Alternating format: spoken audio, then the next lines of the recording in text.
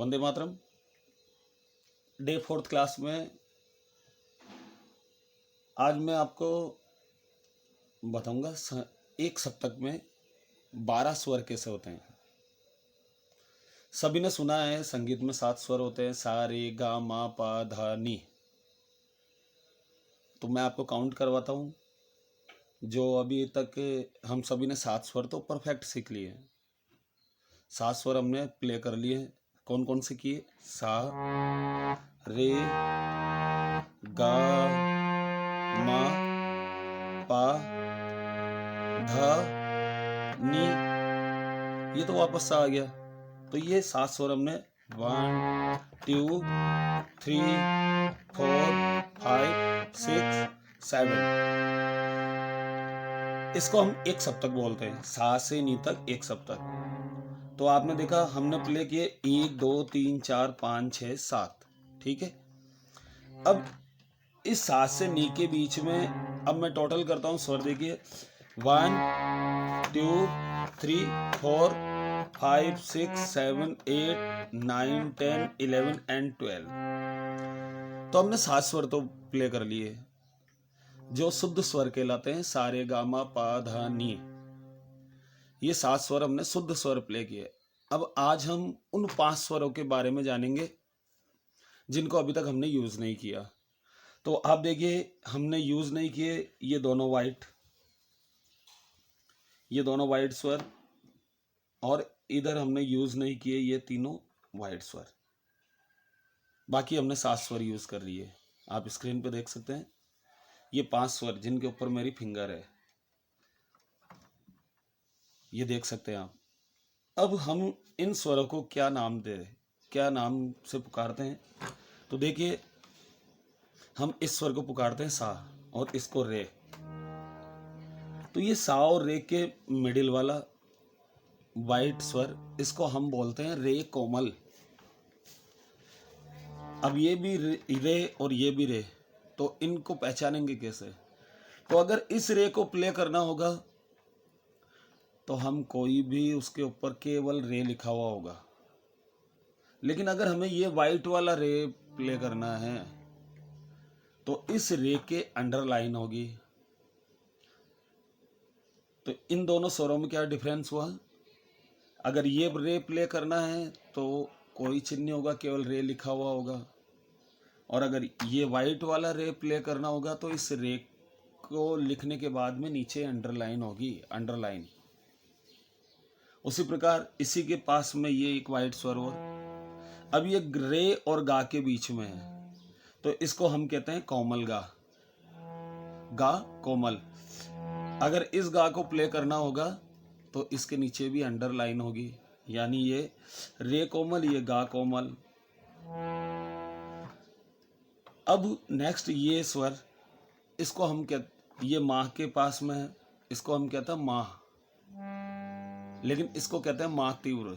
इसके ऊपरी भाग में हल्का सा एक चिन्ह दिया हुआ होगा।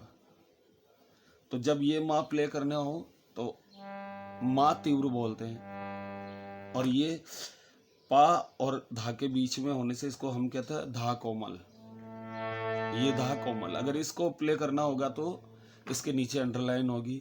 और ये धा और नी के बीच में जो वाइट स्वर है इसको हम कहते हैं नी कोमल, नी कोमल, इसके नीचे अंडरलाइन होगी। यानी कि जब ये वाले स्वर हमें अगर यूज करने होंगे तो इनके नीचे क्या होगा? अंडरलाइन। तो इन 5 स्वरों को हम कोमल स्वर कहते हैं और 7 स्वर होते हैं शुद्ध। 7 शुद्ध और 5 कोमल स्वर, टोटल हो गए 12। एक ये अब मैं आपको 3 सप्तक बता रहा हूं, मंद्र सप्तक, मध्य सप्तक एंड तार सप्तक। इनके डिफरेंस क्या है वो बता देता हूं मैं आपको। फर्स्ट, जहाँ से हमने सरगम बजाना शुरू किया था, प्रकार 1, प्रकार 2, प्रकार 3 और प्रकार 4, इस सा से इस नी तक, इसको हम कहते हैं मंद्र सप्तक।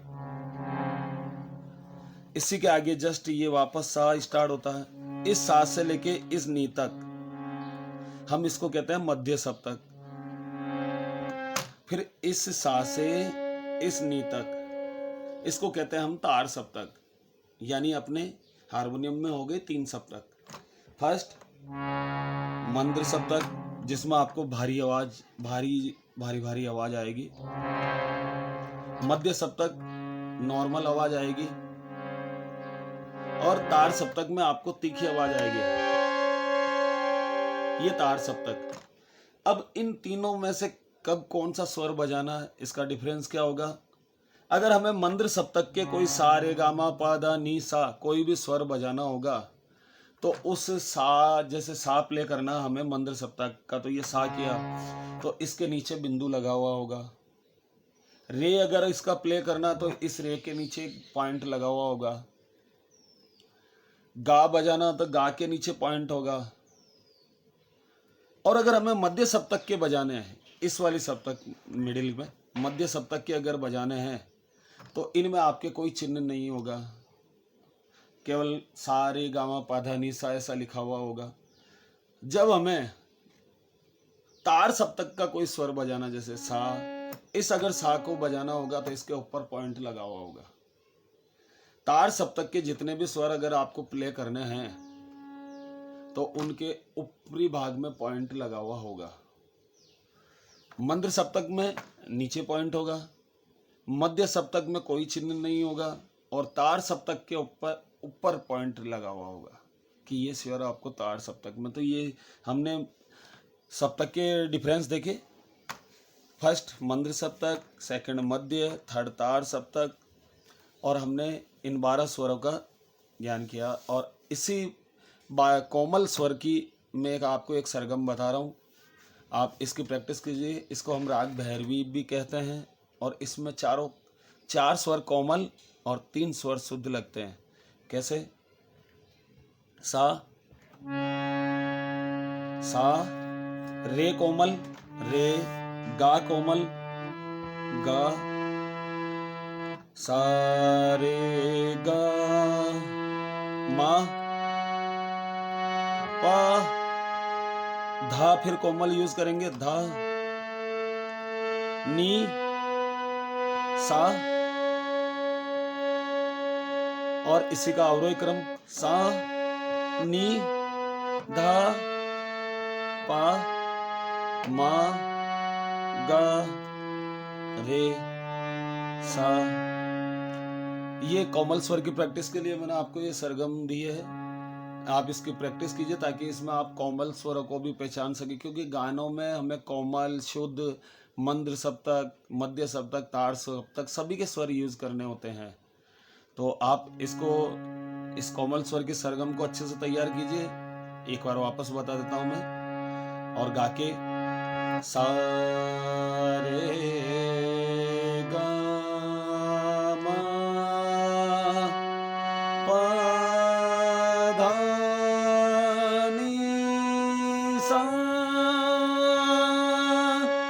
सा नी धा पा मा गा रे सा, सा रे गा मा पा धा नी सा, सा नी धा पा मा गा रे सा। इस राग को राग भैरवी भी कहते हैं, और इससे कोमल स्वर की प्रैक्टिस बहुत अच्छी हो जाती है। आप लोग प्रैक्टिस कीजिए। वंदे मातरम।